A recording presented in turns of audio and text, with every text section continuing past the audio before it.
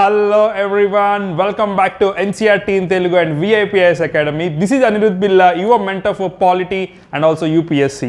నేను చాలా హ్యాపీగా ఉన్నానండి. ఎందుకంటే ఇవాళ టీఎస్పిఎస్సి ఎగ్జామ్లో మన స్టూడెంట్స్ యూపీఎస్సీ ప్రిపేర్ అయ్యారో అండ్ ఆల్సో గ్రూప్ 1 రాశారో, అది గ్రూప్ 1 ప్రిపేర్ అయ్యారో వాళ్ళు చాలా బాగా రాశారని చాలా రెస్పాన్స్ వచ్చేయింది.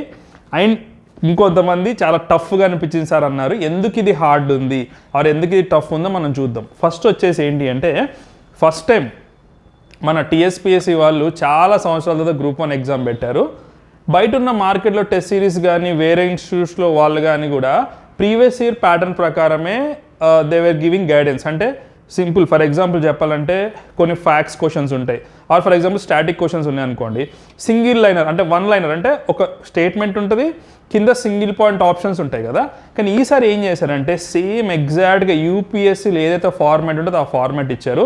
సో అందుకే కొంతమంది స్టూడెంట్స్ ఏమో కొంచెం డల్గా ఉన్నారు, మ్యాక్సిమం స్టూడెంట్స్ ఏంటంటే హ్యాపీగా ఉన్నారు. ఎవరైతే యూపీఎస్సీ ప్రిపేర్ అయ్యారో వాళ్ళకి అడ్వాంటేజ్ జరిగిందండి. సో ఇది ఆ thing. And also cut off కూడా చాలామంది ప్రిడిక్ట్ చేస్తున్నారు ఏంటి అంటే మోర్ దెన్ 80 కనుక వస్తే, ఓకేనా, మోర్ దెన్ 80 కనుక వస్తే. ఎందుకంటే మనకి నెగిటివ్ మార్కింగ్ కూడా లేదు. నెగిటివ్ మార్కింగ్ ఉంటే ఏంటి అంటే, ఫర్ ఎగ్జాంపుల్ మనం రాంగ్ బబుల్ చేస్తే మనకి మార్క్స్ తగ్గిపోతుంటాయి.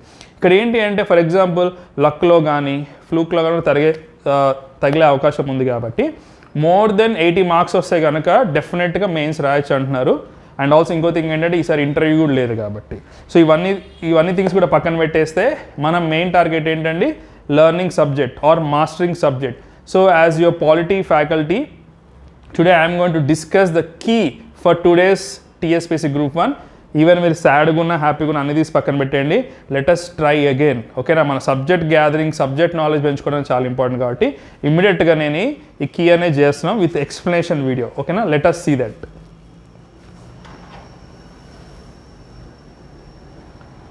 ఫస్ట్ చూద్దాం.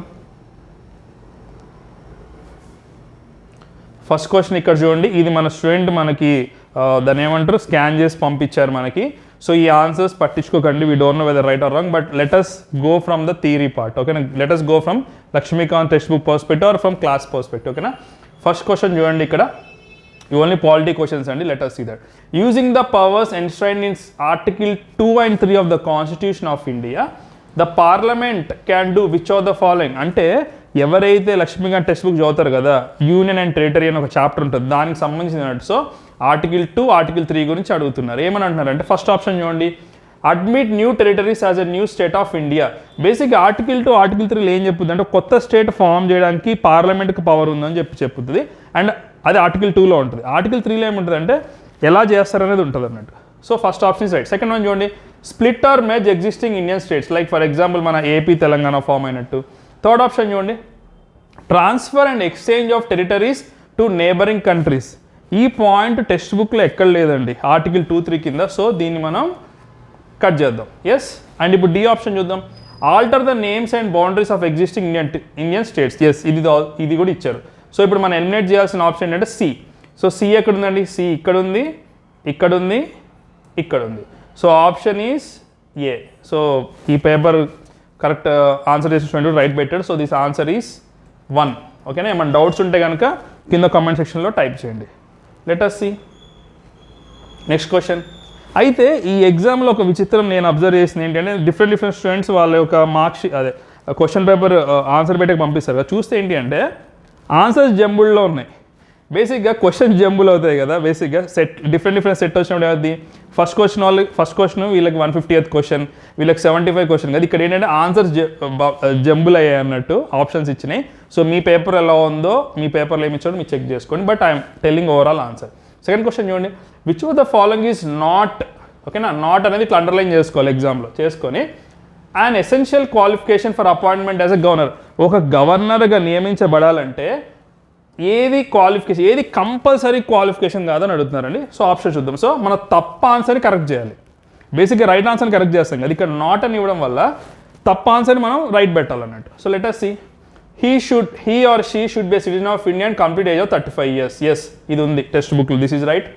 సెకండ్ వన్ చూడండి, she should have a domicile of the state to which he is being appointed. అంటే దీని మీనింగ్ ఏంటండి, ఫర్ ఎగ్జాంపుల్ తెలంగాణకు అపాయింట్ చేయాలంటే తన యొక్క డొమిసిల్, తన యొక్క నివాసిత ప్రాంతం ఇక్కడే ఉండాలా, బట్ మన గవర్నర్ గారు తమిళసై గారు ఆమె తమిళనాడు నుంచి వచ్చారు కదా, సో ఆబ్వియస్లీ తప్పు. అంటే కరెంట్ అఫైర్స్ ఫాలో అయినా మనం ఇది ఆన్సర్ పెట్టవచ్చు, ఈవెన్ టెక్స్ట్ బుక్లో కూడా ఈ పాయింట్ లేదు. థర్డ్ వన్ చూడండి, he she shall not be holding any office of profit under central, state or local government. అంటే వేరే గవర్నమెంట్ జాబ్ ఏది చేయకూడదు. Yes, this is valid. Next one చూడండి, he she must not be a member of legislature or parliament. తను MLA కానీ MP కానీ అయి ఉండకూడదు అంట. సో ఆబ్వియస్గా మనకు సెకండ్ ఆప్షన్ చూడగానే తెలిసిపోయింది కదా. సో ఇది రాంగ్ ఆప్షన్ కాబట్టి ఇది మనం కరెక్ట్ పెట్టాలి, ఎందుకంటే క్వశ్చన్లో ఏది తప్ప ఆన్సర్ అడిగారు. ఎస్, ఏమైనా డౌట్ ఉంటే కనుక కింద కామెంట్ సెక్షన్లో టైప్ చేయండి. నెక్స్ట్ వన్ చూడండి, which of the following prime ministers appointed mandal commission and taken decision to implement it's report. Mandal commission అనేది ఓబీసీ రిజర్వేషన్ గురించి చెప్పారండి. 27% ఓబీసీలకు రిజర్వేషన్ అనేది అంతకుముందు లేదు, కాన్స్టిట్యూషన్ వచ్చాక ఎస్సీ ఎస్టీస్కి ఉంది తప్ప వీళ్ళకి లేదు. దీన్ని ఎవరు అపాయింట్ చేశారు, ఎవరు ఇంప్లిమెంట్ చేశారు? సో 2 క్వశ్చన్స్ ఉన్నాయండి దీనిలో. సో ఇద్దరు పేర్లు చూడాలి మనం. ఫస్ట్ చూద్దాం, మొరార్జీ దేశాయ్ అండ్ వీపీ సింగ్ అండి, ఇది రైట్ ఆన్సర్. నెక్స్ట్ ఇందిరాగాంధీ గారు అండ్ వీపీ సింగ్, ఇందిరాగాంధీ గారి టైంకి లేదు అప్పటికి, సో ఇది తప్పు. ఇందిరాగాంధీ గారు తప్పు. చంద్రశేఖరన్ దేవగౌడ, ఇది రాంగ్. సో ఈ సింపుల్ చెప్పేసి మనం VP Singh, Vishwapratap Singh and also Morarji Desai. So తిను అపాయింట్ చేశారు, తిని ఇంప్లిమెంట్ చేశారు, అంటే there is a lot of gap ఉంది మధ్యలో. సో ఇదొకటి, ఈ క్వశ్చన్కి ఆన్సర్ వచ్చేసి 1. ఓకేనా, మీరు నోట్ చేసుకోండి. తెలియని వాళ్ళు ఉంటే చేయండి, తెలిసిన వాళ్ళు ఉంటే కింద కామెంట్ సెక్షన్లో టైప్ చేయండి ఆన్సర్. నెక్స్ట్ చూద్దాం, which of the following Lok Sabhas were not completed their 5-year term of existence. జనరల్గా లోక్సభ కానీ స్టేట్ ఎమ్మెల్యే అసెంబ్లీ కానీ ఏంటంటే 5 years వరకు ఉంటుందండి. 5 years వ్యాలిడిటీ, దానికి ఎక్స్పైర్ అవ్వదు. కానీ ఈ లోపు వాళ్ళు ముందస్తు ఎన్నికలకు వెళ్తే కనుక, ఆర్ ఫర్ ఎగ్జాంపుల్ వాళ్ళు ఒక నో కాన్ఫిడెన్స్ మోషన్ పాస్ చేసి కనుక వాళ్ళని రిమూవ్ చేస్తే కనుక, అంటే అవిశ్వాస తీర్మానం పాస్ అయితే కనుక పోద్ది కదా. ఇలా జరిగినాయి పాస్ట్లో. ఏంటి అంటే 10th one కాదు, 13th one కాదు, yes 11th and 12th. So B and C is answer అండి. ఇది ప్యూర్ ఫ్యాక్చువల్. దీనికి కొంచెం జనరల్ నాలెడ్జ్, బేసిక్గా ఏ ప్రైమ్ మినిస్టర్ ఎన్ని రోజులు ఉన్నారు, ఫర్ ఎగ్జాంపుల్ వాజ్పేయి గారు ఓన్లీ 13 days ఉంటారు. సో అలాంటి ఫ్యాక్ట్స్, ప్రైమ్ మినిస్టర్ కొన్ని రోజులు ఉన్నారు, ఇలాంటి ఫ్యాక్ట్స్ వేసిన వాళ్ళు పెట్టగలరండి.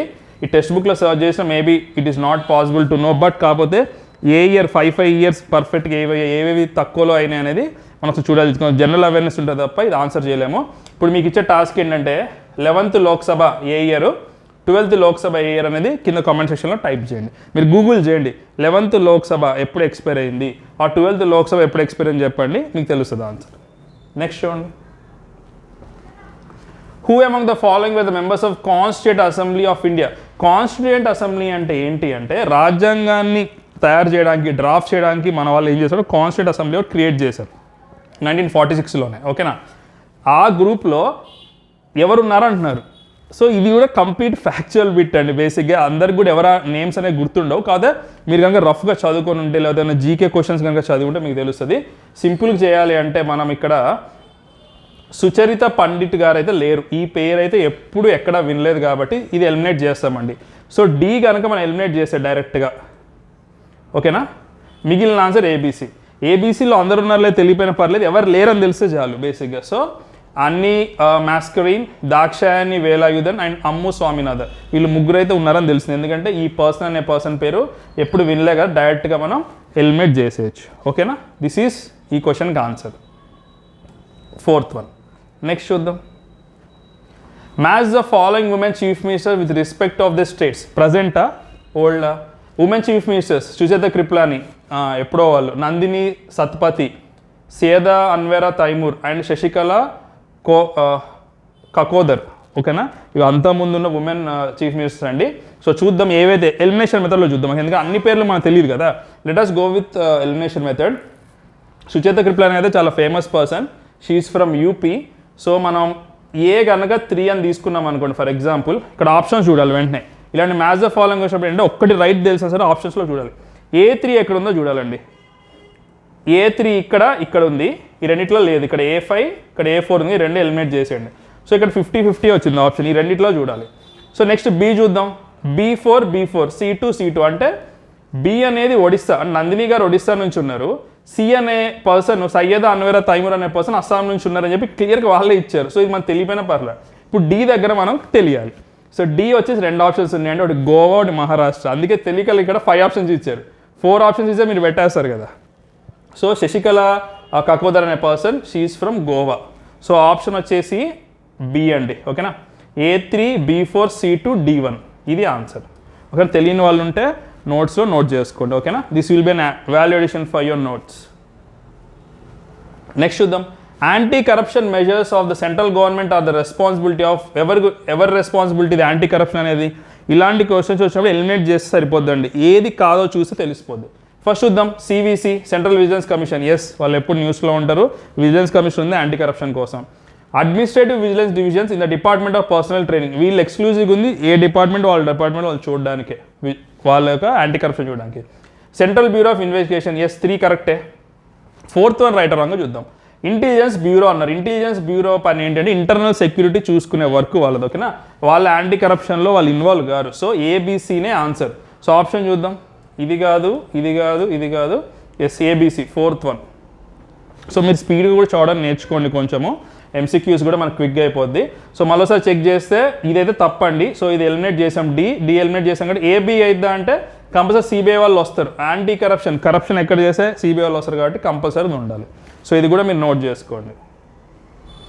నెక్స్ట్ చూడండి, which are the following group of persons were members of state reorganisation commission. State reorganisation commission SRC, ఇది ఎప్పుడు కూడా న్యూస్లో ఉంటుంది. And also Lakshmikanth text book డైరెక్ట్గా ఉంది.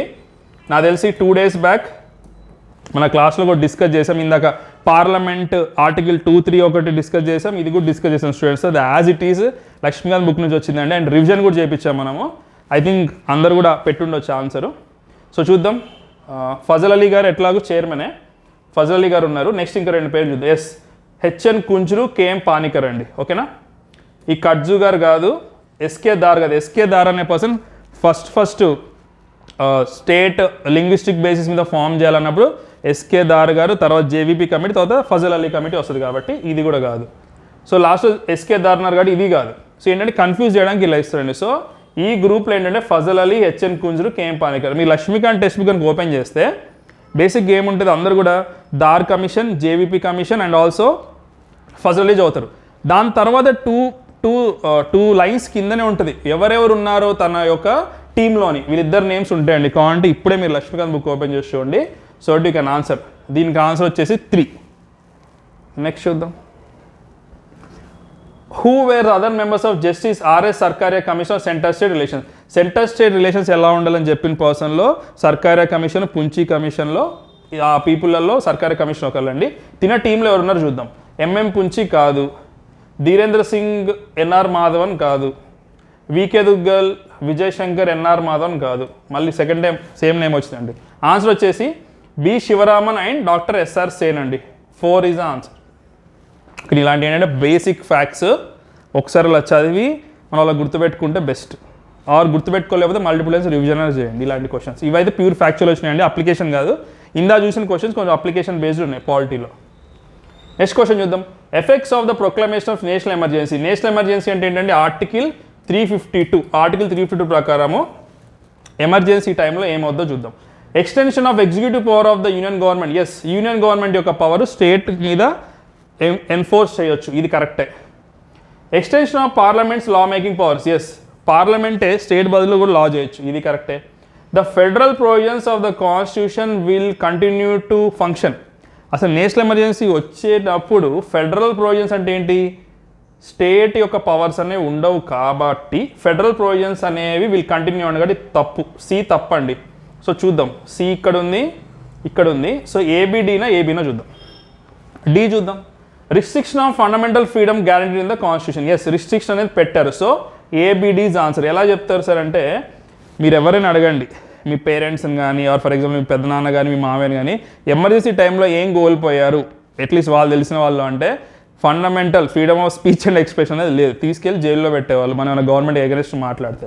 సో ఇది ఆబ్వియస్గా ఉండాలి. సో ఏబీనా అంటే ఏబీడీనే కరెక్ట్ ఆన్సర్. సో దీనికి ఆన్సర్ వచ్చేసి 3. నెక్స్ట్ చూద్దాం. యాజ్ ఇంకో క్వశ్చన్ ఉండాలి, లెట్ us see దట్. అది వేరే దగ్గర పెట్టినట్టున్నారు టీం వాళ్ళు. ఎస్, ఈ క్వశ్చన్ చూడండి. Consider the following statement relevant to the principles of minister responsibility. ఇది పార్లమెంట్ చాప్టర్లో మనకు వస్తుందండి, కౌన్సిల్ ఆఫ్ మినిస్టర్స్ గురించి వస్తుంది. Let us see this. The council of ministers shall be collectively responsible to the Lok Sabha. Yes, లోక్సభకి వీళ్ళు they are responsible అంటే ఏంటి అంటే లోక్సభలో అడిగే క్వశ్చన్స్కి కానీ లోక్సభలో పెట్టే నో కాన్ఫిడెన్స్ మోషన్ కానీ వీళ్ళు రెస్పాన్సిబుల్. ఎస్, రైట్, ఇది right. The council of ministers shall meet at least once in a month. ఇదైతే నేను లక్ష్మీకాంత్ టెక్స్ట్ బుక్లో ఎక్కడ చదవలేదని నేను కూడా ఎవరు చెప్పలేదు. So this is wrong. ఇది కొట్టేసేయండి, బి కొట్టేసేయండి. బి కొట్టగానే ఇక్కడ చూడండి, బి అయిపోయింది elimination. So ACD is a right answer. So నాకు ఏ బి తెలిసి సరిపోయిందండి, సిడి కూడా అవసరం లేదు, బట్ సిడి చదువుదాం ఊరికనే. The ministry as a body shall resign as soon as it loses a confidence in the Lok Sabha. అంటే అవిశ్వాస తీర్మానం పెట్టినప్పుడు వాళ్ళు రిజైన్ చేస్తారు. నెక్స్ట్ చూడండి, the minister shall hold the office during the place of the president. Yes, president ఎన్ని రోజులు ఉంచితే అన్ని రోజులు ఉంచుతారు. సో మనకి ఈవెన్ చూడండి, మన దగ్గర టెక్స్ట్ బుక్ ఉంది లక్ష్మీకాంత్, దాని కనుక మనం పర్ఫెక్ట్ చదివితే ఏమైంది అంటే, ఈవెన్ దో అన్నీ తెలియకపోయినా రెండు తెలిసినా మనం ఆన్సర్కి అరైవ్ కావచ్చు. చూడండి ఎన్ని క్వశ్చన్స్ పెట్టున్నాం ఇప్పటికి, 10-11 క్వశ్చన్స్. అంటే ఈజీగా మార్క్స్ గెయినింగ్ టాపిక్ వచ్చేసి లక్ష్మీకాంత్. కాదు ప్రాబ్లం ఏంటి అంటే, లక్ష్మీకాంత్ టెక్స్ట్ బుక్ అనేది ఈజీగా అర్థం కాదు. అందుకే you please come to the క్లాస్లో మేము మీకు అర్థమయ్యేలా చెప్తాను. నెక్స్ట్ మీతో రివిజన్ చేపిస్తాను. నెక్స్ట్ మీకు డౌట్స్ ఏమన్నా సాల్వ్ చేస్తాను. అండ్ దీంతోపాటు I should tell one important thing, that is about our polity course. రీసెంట్గా స్టార్ట్ అయిందండి, లాస్ట్ వీక్లోనే స్టార్ట్ అయింది. Still you have a option to join. ఎందుకంటే నేను ఈ టీఎస్పీసీ గ్రూప్ 1 పేపర్ చూసాక నాకు అర్థమైంది ఏంటి అంటే, మనం ప్రిపేర్ అవ్వాల్సింది యూపీఎస్సీ లెవెల్లో. ఎందుకంటే మనం క్లాసెస్ ఇప్పుడు గ్రూప్ 1 క్లాసెస్ కూడా స్టార్ట్ చేసాం కదా, వాళ్ళకు కూడా యూపీఎస్సీ లెవెల్లో చెప్తున్నాం. ఎందుకంటే for example similar pattern of questions వచ్చాయనుకోండి, ఏపీపీఎస్సీ ఇప్పుడు ఏపీపీఎస్సీ 2022లో సిమిలర్గా ఇప్పుడు యూపీఎస్సీ ప్యాటర్న్లో వస్తే ఏం చేయాలి చెప్పండి. సో అందుకే యూపీఎస్సీ లెవెల్లో ప్రిపేర్ అవ్వండి. సో ఈ దీనిలో ఏంటి, all Laxmikanth concepts, easy explanation, daily live classes, live doubt session, daily interaction, daily quiz, weekly exam, ఇవన్నీ కూడా ఫాలో అవుతున్నామండి. Yes, this is one important thing. And ఇంకొకటి వచ్చేసి ఎస్, ఇదే ఏపీఎస్సీ గ్రూప్ 1కి కూడా యూపీఎస్సీ స్టాండర్డ్లో లక్ష్మీకాంత్ టెక్స్ట్ బుక్ కంప్లీట్గా ఎక్స్ప్లెయిన్ చేస్తున్నామండి.